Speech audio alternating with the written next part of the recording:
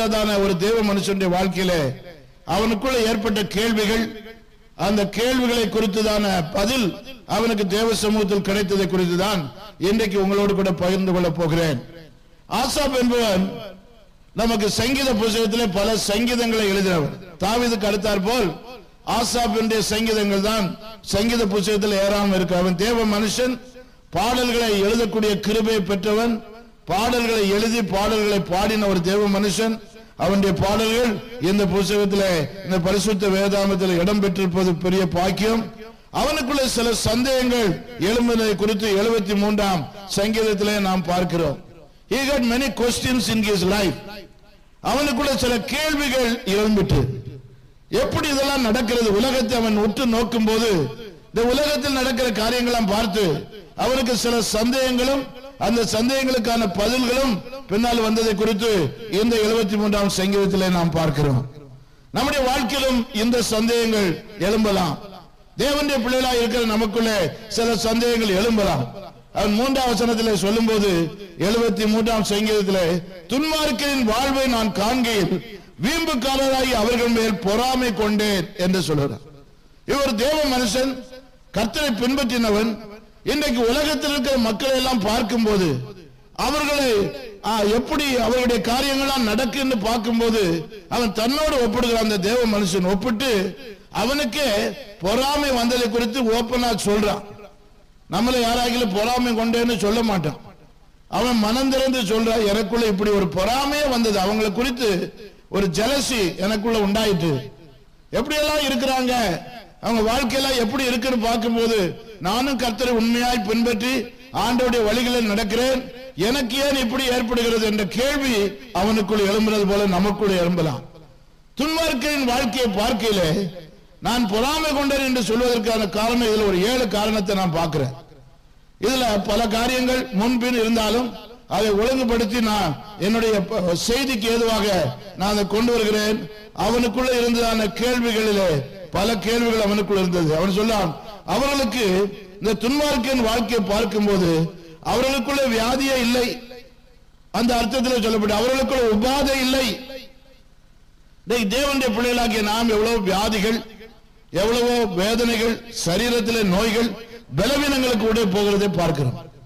அநேகருடைய வாழ்க்கையிலே நல்ல கர்த்தரை பின்பற்றுகிறார்கள், கர்த்தருக்கு பிரியமாய் வாழ்கிறார்கள், அவருடைய வாழ்க்கையிலே வியாதிகள் இருக்கிறதை பார்க்கிறோம். ஆனா அந்த துன்மார்க்கரின் வாழ்க்கையை பார்க்கையிலே கடவுளையே தேடாதவர்கள், ஆண்டவரே நம்பாதவர்கள், ஒரு நாள் ஆலயத்துக்கே போகாதவர்கள், ஒரு நாள் வேதத்தை வாசியாதவர்கள், அவர்களுக்கு வியாதியே இல்லை அப்படின்னு இருக்காங்க. வாழ்நாள் முழுவதும் வியாதி இல்லாம இருக்காங்க. அவங்களே சொல்றாங்க, எனக்கு நான் வியாதின்னு படுத்தது இல்லை, மருந்துன்னு எடுத்தது இல்லை, ஆஸ்பத்திரிக்கு போனதில்லை அப்படின்னு அவன் சொல்றான். ஆனா தேவனுடைய பிள்ளைகளுக்கு பார்த்தால் வியாதிகள், கஷ்டங்கள், நல்ல ஆண்டவரை உண்மையாக பின்பற்றிட்டு தான் இருக்கிறான், கர்த்தருக்கு பயந்துதான் நடக்கிறான். ஆனால் இவருடைய வாழ்க்கையிலே வியாதி இல்லை. என்ன ஆண்டவரே, நான் ஜீவனுள்ள தேவனை ஆராதிக்கிறேனே, உண்மையுள்ள தேவனை ஆராதிக்கிறேனே, எனக்கு ஏன் அந்த வியாதி, எனக்கு ஏன் அந்த பிரச்சனை, எனக்கு தான் இந்த போராட்டம் அப்படின்னு அவர்கள் எண்ணுகிறார்கள். இரண்டாவது, பிரச்சனைகள் இல்லை, வருத்தங்கள், அவர்களுக்கு வருத்தங்கள் இல்லை, மனுஷர் படும் வருத்தத்தில் அகப்படார்கள் என்று 5ஆம் வசனத்தில் பார்க்கிறோம். அவர்களுக்கு வருத்தம் இல்லை, அதாவது பிரச்சனைகளே இல்லை. They don't have any problem. யாருக்கு? துன்மார்க்கர், கடவுளை நம்பாதவர்களுக்கு, தேவனையே தேடாதவர்களுக்கு, அவர்களுக்கு ஒரு பிரச்சனை இல்லை, எல்லாம் நல்லா தான் இருக்கு. மூன்றாவது, அவருடைய சரீரம் நல்ல பலனோடு இருக்கிறது. அங்க சொல்லப்பட்டிருக்கிறது, அவர்களுடைய பலன் உறுதியா இருக்கிறது, நல்ல உறுதியா இருக்கு, ஸ்ட்ராங்கா இருக்கான். ஆட்களுக்குள்ள தேவ ஆலயத்துக்கு வர ஆட்களுக்குள்ள கேள்விகள் எழும்புது. என்ன இப்படி நல்லா இருக்காங்க, நான் ஏன் இப்படி இருக்கிறேன், எனக்கு பலன் குறைந்து வருகிறது, சரீரத்தில் பல பலவீனங்களை உணர்கிறேனே, இந்த கடவுளை தேடாதவர்கள் இப்படி நல்லா இருக்கிறார்களே, அப்போ என்ன, அப்ப இந்த கடவுளை தேடாதவர்களுக்கு என்ன இருக்குது, கடவுளை தேடி என்னையா பிரயோஜனம்? சர்ச்சுக்கு போறீங்களே வாழ்நாள் முழுவதும், வேதத்தை தினமும் வாசிக்கிறீங்களே, உங்களுக்கு என்ன பிரயோஜனம்? நாங்க கோயிலுக்கே போகல, கடவுளே தேடல, நல்லா தான் இருக்கிறோம். அப்படி அவங்க ஏளனமா பேச ஆரம்பிக்கிறான்.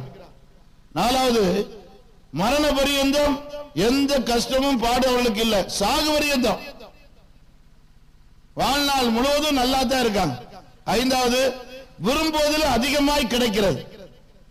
அவங்க 1 லட்சம் லாபம் வரணும்னு நினைச்சா 2 லட்சம் கிடைக்கும், 10 லட்சம் லாபம் வரணும்னு சொன்னா 15 லட்சம் கிடைக்கும். நம்ம விசுவாசியும் முதல் போட்டு ஆரம்பிச்சு தான் பார்க்க, எல்லாம் பாஸ்டர் எல்லாம் கூட்டி தான் ஜெபம் பண்ணி பார்த்தோம், ஒன்றும் சரியா இல்லை. என்ன இப்படி கடவுளை தேடித்தான் இருக்கிறோம், நல்லா தானே இருக்கிறோம், கர்த்தருக்கு பயந்தா இருக்கிறோம், நஷ்டத்துக்கு மேல நஷ்டம் வருது, வியாதிக்கு மேல வியாதி. ஆறாவது, தண்ணீர் அவர்களுக்கு பரிபூர்ணமாய் சுரந்து வரும். கிணறு வெட்டினா 50 அடிக்குள்ளே தண்ணி வருது. நம்ம விசுவாசி கிணறு தோண்டினா அடுத்த அமெரிக்காவே வந்துடும் போல் இருக்கு. அங்க தோண்டிக்கிட்டே போறோம், தண்ணியே வர மாட்டேன். நேரம் நீங்க அமெரிக்கா போனா ஒன்னு பிளேன்ல போனா அல்லது குழி வெட்டினா நேரம் அங்கதான் அமெரிக்கா இருக்கு.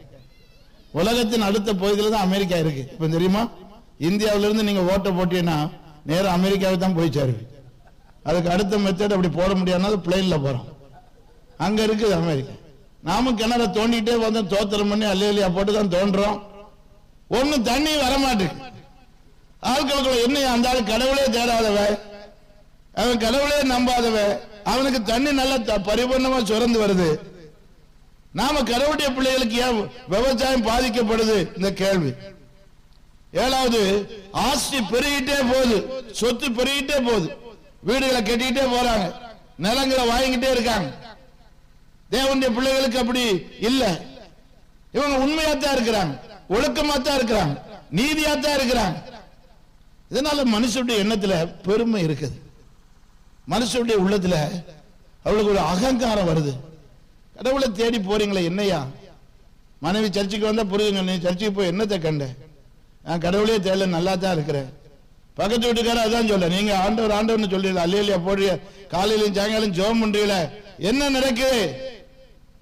மனிதன் தன்னுடைய சொந்த பலத்தில திருப்தி கொள்கிறான். தனக்கு மேல்பட்ட ஒரு கடவுள் இருக்கிறார் என்ற உணர்வு அவனுக்கு இல்லை. மனிதனுக்கு மிருகத்துக்குள்ள ஒரே வித்தியாசம், கடவுளை தேடுறதுதான். சொல்லுங்க, இதுதான் மெயின் வித்தியாசம். மனுஷனுக்கு மிருகத்துக்கு நாம ட்ரெஸ் பண்ணிருக்கோம், மிருகங்கள் ட்ரெஸ் பண்ணல. ஆனா வெளிநாட்டு மிருகங்களுக்கு எல்லாம் ட்ரெஸ் போடுறாங்க. நாயெல்லாம் பார்த்தீங்கன்னா அதுக்கு சூட் எல்லாம் தைச்சு போடுறாங்க.